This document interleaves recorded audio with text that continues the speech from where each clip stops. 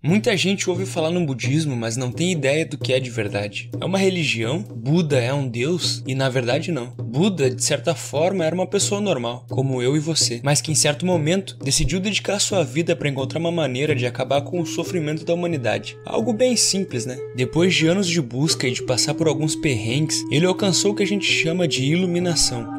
Ele conseguiu, de fato, encontrar a solução para o sofrimento da humanidade, e então dedicou o resto da sua vida a ensinar as outras pessoas a chegar nesse mesmo estado que ele. Com o passar dos séculos, depois da morte dele, os ensinamentos do Buda foram compilados naquilo que hoje é conhecido como as 4 nobres verdades. Essas 4 nobres verdades do Buda são a base, a fundação do budismo, e por mais que pareçam simples à primeira vista, são na verdade ensinamentos tão profundos que tu poderia passar uma vida toda apenas entendendo um deles.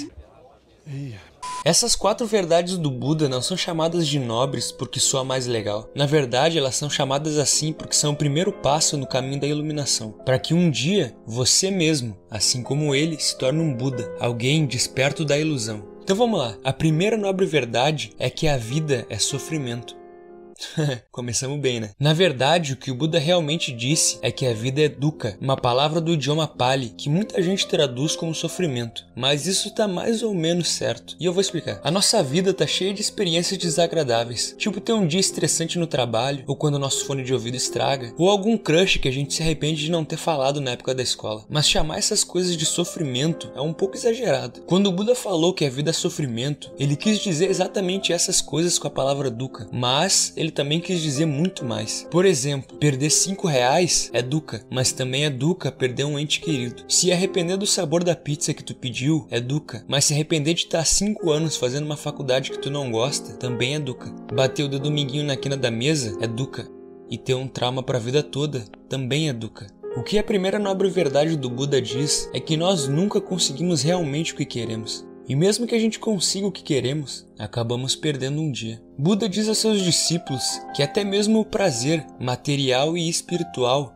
é dukkha. O prazer que você sente durante um orgasmo é dukkha. A felicidade de ver o teu filho nascer é dukkha. Até mesmo o prazer de aprender os ensinamentos do próprio Buda é dukkha. Por quê? Porque nada disso dura para sempre. Pensa um pouco nisso. Qualquer felicidade e prazer que tu alcançar na tua vida, seja material ou espiritual, um dia tudo isso vai desaparecer. E quando desaparecer, vai te deixar com a dor de não ter mais isso. Todo o prazer e felicidade que tu encontra nesse mundo contém a sementinha do sofrimento dentro dele. E cedo ou tarde tu vai experienciar esse sofrimento, esse dukkha. E isso não é uma opinião, simplesmente é a realidade da vida. A primeira nobre verdade do budismo é muito mais profunda e sombria do que a maioria das pessoas percebe. Ela diz não só que não há felicidade na vida, mas que até mesmo o que a gente acredita ser felicidade é apenas uma forma atrasada de infelicidade. O prazer é apenas a máscara da dor. O sucesso é apenas a máscara da decepção. A felicidade, apenas a máscara de dukkha. Bom, nesse ponto do vídeo, tu deve estar pensando que o Buda era algum tipo de sad boy, emo depressivo, que só vê o lado ruim do mundo, ou coisa assim, né? E eu não te julgo não, eu pensei a mesma coisa. Por que o Buda se concentrou tanto no sofrimento, nesse lado ruim da vida? Bom, para responder essa pergunta, eu peço que tu se lembre qual era o objetivo dele. Buda se propôs a encontrar um fim para o sofrimento do mundo. Ele não se propôs a escrever um poema sobre a vida. Ele não se propôs a fazer uma pintura realista de frutas. Ele não se propôs a gravar um TikTok das top 5 piores coisas de viver sem energia elétrica ou qualquer coisa assim. Nada disso. Ele se propôs a encontrar um fim para o sofrimento das pessoas. E para isso, ele precisou olhar em profundidade para a realidade e entender a raiz desse sofrimento. Imagina que tu acordou doente hoje e decidiu ir no médico para descobrir o que tu tem. Aí tu chega no médico e ele fala que tu não tem nada. Só tomar um pouquinho de água e logo tu se cura, te dando uma sensação de tranquilidade. Mas aí tu decide ir num segundo médico que diz o oposto. Ele diz que tu tá com uma doença terminal que não tem tratamento. Já era, vai morrer. Fazendo tu perder totalmente a esperança. Tu pode chamar o primeiro médico de pessimista e o segundo de otimista. O fato é que ambos são igualmente perigosos para ti. Agora imagina que tu decide ir num terceiro médico, que diagnostica corretamente os sintomas, entende a causa e a natureza da doença, que olha com clareza e vê que ela pode ser curada, e de uma maneira transparente ele te passa um tratamento correto para que tu consiga se curar. O Buda é como esse último médico. Dukkha é um mal universal, enfrentado por todos os seres sencientes, a todo momento e em todo lugar. É algo que faz parte dos fundamentos da criação do mundo material, desenvolvido para te forçar a evoluir, ou repetir tudo de novo. Então o Buda se viu preso nesse labirinto interminável de dukkha. O que ele fez para encontrar uma solução? Bom, ele fez aquilo que ele nos aconselha a fazer. Ele concentrou a mente treinada dele diretamente no sofrimento. Ele olhou, olhou e olhou, profundamente. E bem no meio de dukkha, ele descobriu a segunda nobre verdade: o desejo.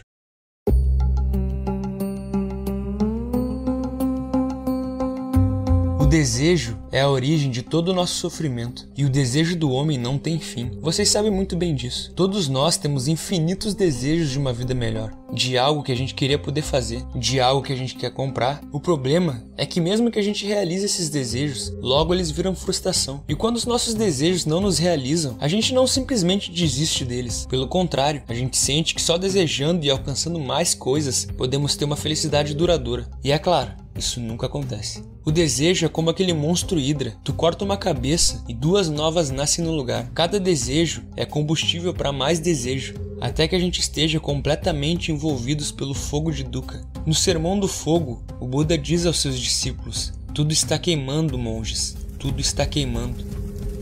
Mas calma, o Buda também distingue alguns desejos como melhores do que outros. Por exemplo, o desejo de se tornar uma pessoa melhor e mais responsável é muito melhor do que o desejo por álcool. Mas à medida que tu avança pelo caminho do despertar, é preciso aprender a se desapegar, até mesmo das tuas próprias ambições espirituais, o que é meio paradoxal, né? O desejo por ser uma pessoa melhor é como uma jangada que tu vai usar para atravessar um rio. Mas depois que tu atravessar esse rio, tu deixa a jangada ali e segue teu caminho. Uma crítica que algumas pessoas costumam fazer ao budismo é: se o desejo é algo tão ruim, por que os budistas desejam tanto atingir o nirvana? Mic drop. Essa é uma excelente pergunta, mas que é inválida na sua essência.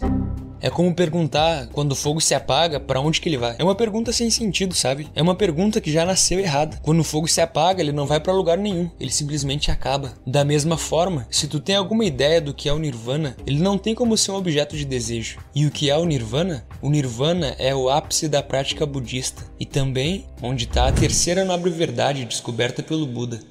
Se a primeira nobre verdade nos dá o sintoma dukkha, a segunda nobre verdade nos dá a doença, que é o desejo insaciável do qual os seres humanos sofrem. As outras duas verdades nos falam sobre a possibilidade de nos curar e o que é essa cura. Na verdade, a terceira nobre verdade do Buda é a afirmação de que é possível para um ser humano acabar com o dukkha completamente e para sempre. A terceira nobre verdade vem da experiência direta do Buda assim que ele se iluminou embaixo da árvore Bodhi. Quando ele se iluminou, ele descobriu a realidade livre de todo desejo e automaticamente de todo dukkha. Isso não era um conceito ou uma ideia abstrata ou uma viagem de LSD. Era na verdade algo ainda mais real do que a gente está acostumado a chamar de realidade. O Buda descobriu uma realidade perfeita que está sempre presente em todos os lugares, se a gente tiver olhos para ver. E ele chamou isso de nirvana. Para ser sincero com vocês, nirvana não é apenas difícil de explicar em palavras, mas impossível. Nós criamos palavras para descrever esse mundo ilusório que a gente experiencia com nossos sentidos. Mas nirvana é algo que está além dessas experiências. As palavras só podem, no máximo, circundar essa coisa, mas não tem como entrar nele de verdade, como moscas ao redor de uma fogueira.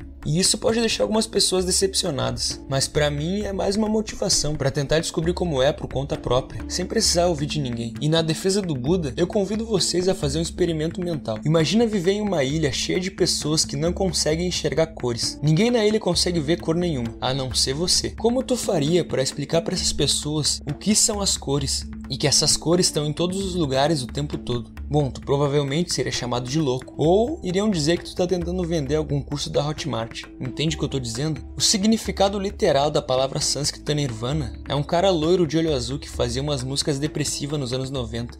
O significado literal da palavra sânscrita nirvana é extinguir, apagar. Por exemplo, quando o fogo se apaga. Isso é nirvana, de certa forma. Nirvana não é um estado que alguém atinge, tipo Super Saiyajin. Quando as pessoas dizem que Buda atingiu Nirvana, isso é meio que errado. Seria mais correto dizer que o Buda se extinguiu. Nirvana é a extinção do desejo, de todos os querer e não querer, do apego ou do ódio, da ganância, da ilusão, do senso de ser um eu separado do resto.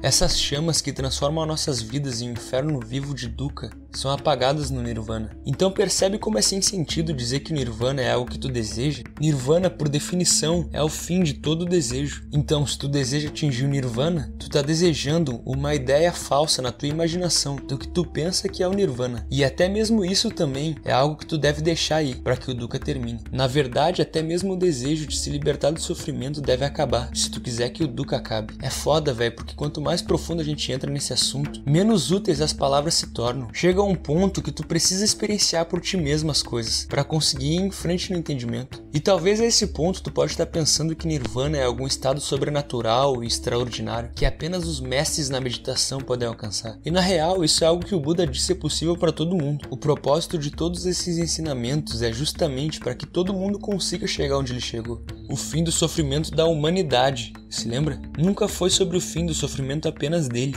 Buda estava tão decidido a fazer esse caminho ser acessível para todo mundo, que a quarta nobre verdade é literalmente um guia da maneira correta para se viver, para que tu consiga diminuir o dukkha na tua vida, até um ponto que ele suma de uma vez por todas. Esse guia é chamado de caminho óctuplo de Buda, mas é um assunto para um vídeo só para isso. Se vocês quiserem realmente entrar na toca do coelho, comenta aí que eu posso trazer um vídeo sobre esse caminho óctuplo. Depois de muito tempo treinando a sua mente, Buda viu que a existência humana é um pesadelo, mas então ele despertou.